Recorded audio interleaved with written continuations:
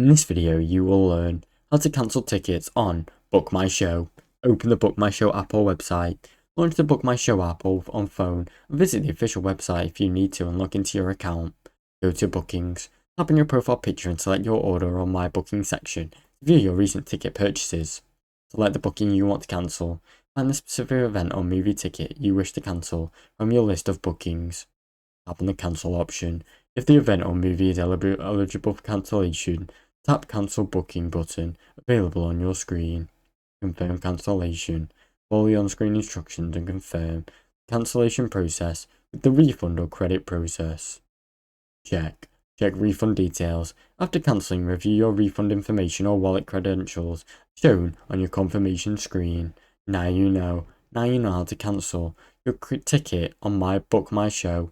Thanks for watching. Don't forget to like and subscribe.